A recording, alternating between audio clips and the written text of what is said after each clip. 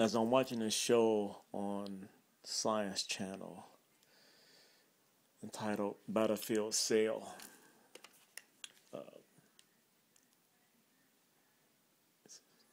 dealing with human skin cells' 48-hour struggle to survive life or death battle with a virus. Of course, going into extreme detail, and it's showing, by way of visual animations, the cells and DNA and viruses, and how everything works, deep within our body. And I'm sitting here watching it. Initially I'm thinking about the intricacy, the depth of um, um, the depth of, what is the word I'm looking for? Someone say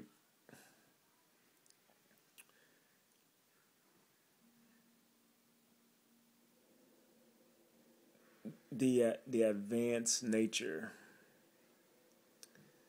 complexity is a word I'm thinking of. Trying to think of complexity. And yet, as I really think about it, and I look at it, and I listen to it, it's really not that complex. As you look at the makings of life, the makings of material things, down to the most minute, excuse me,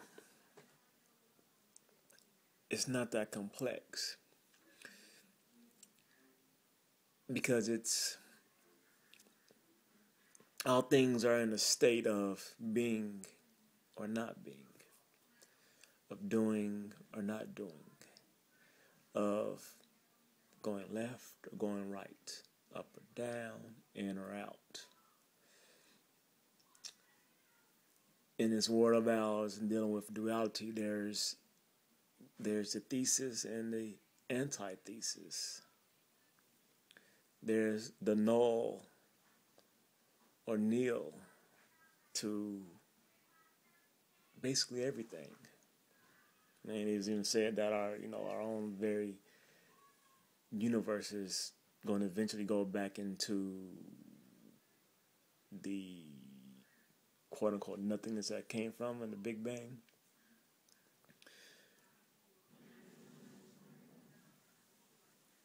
So, we know that everything is constantly death and destruction. Life, death, the battle, the struggle. The thing that is made to do one thing has something that is made to do the opposite, to make it do the opposite. So it's not really that complex. It's, you have this thing that wants to go right, and so there's something that wants to go left. And then breaking down and seeing really a lack of complexity. I started thinking about the very ability of us as humans, as so-called intelligent beings, as sentient beings, being able to examine, understand, and explain the happenings of our being, of our body, of the world around us. And when you look at it in terms of being in relation to a God, I'm talking about a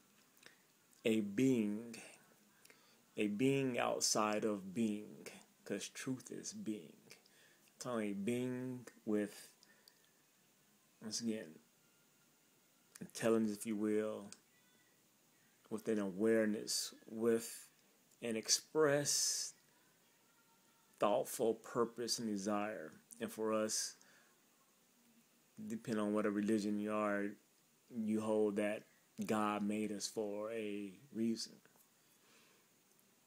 The things that we go through in this world, we go through for a reason.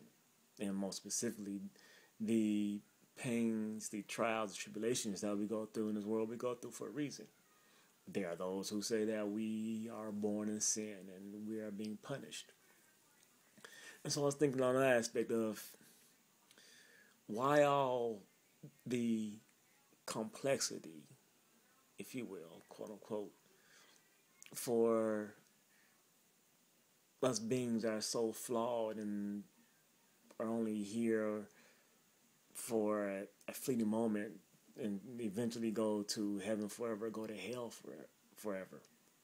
Why is all this necessary for that? Why all the complexity? Why all the little minute things? Why the molecules? Why the proteins, DNA? Why all that entails, that goes into the human body?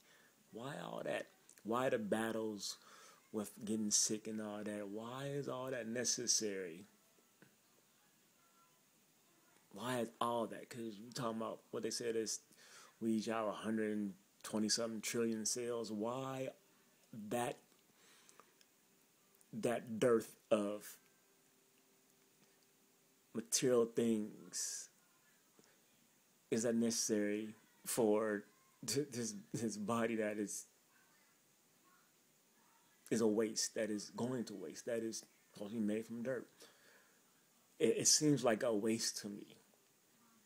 You know what I'm saying? For me, of course, once again, you'll say, well, I'm a flawed being, so, my very thinking is flawed. But I examine just like it's too much for so little. It's too much for so little.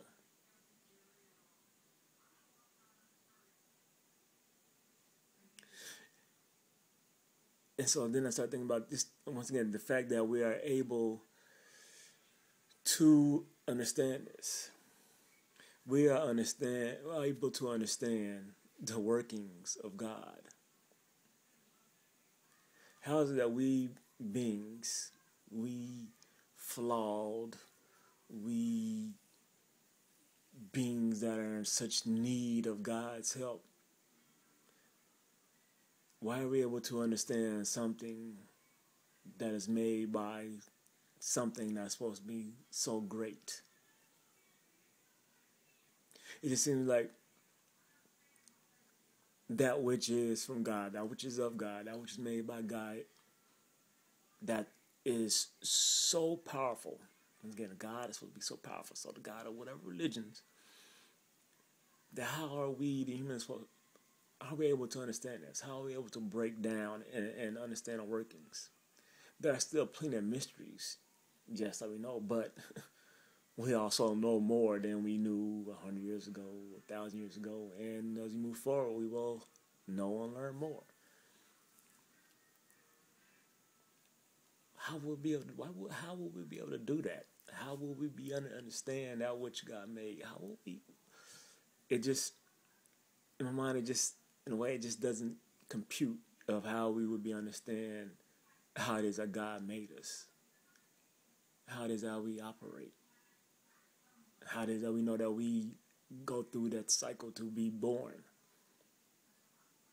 Takes me back, thinking of the Garden of Eden and eating that fruit and having the knowledge, the wisdom of good and evil. And of course, serpent saying, God just doesn't want you to eat them because then you'll be like him and you'll be able to know things. And sure, yeah, well, we do know things, so he don't lie there, right?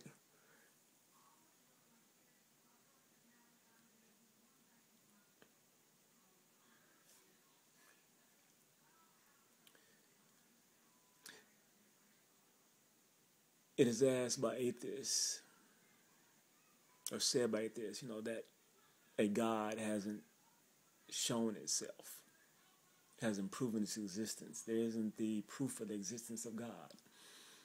And it is in terms of a God sitting there talking to you, as in, the president exists and that you've seen on TV and you can even go meet in person. So that God hasn't been down here and stood somewhere and been amongst everyone and shown his, or just shown his face in the big sky, and everybody knows, hey, that's that dude. So I was thinking, I'm just not thinking, would the existence of God be shown and proven if we didn't know or understand anything about who we were or what we were? If we cannot have the intelligence to understand ourselves, because we will have no explanation. We are able to explain a lot of things. There's things that we don't, but we, once again, have that intelligence to work to try to understand things.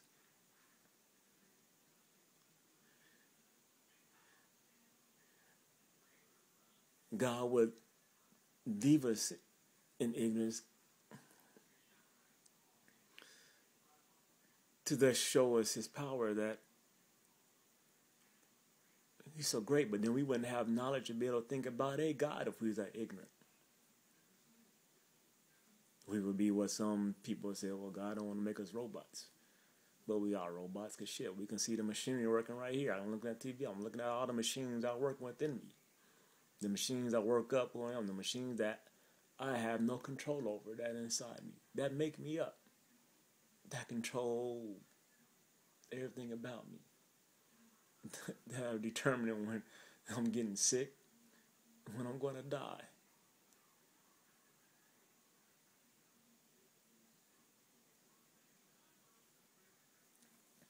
And so now I think how truth plays into all that. How my belief in that truth is God. How does I can know that of truth, and what is I don't know of truth, and what is I don't know the truth of when it concerns specific things, such as my body, such as existence. So the knowledge I have of it, the ignorance I have of it.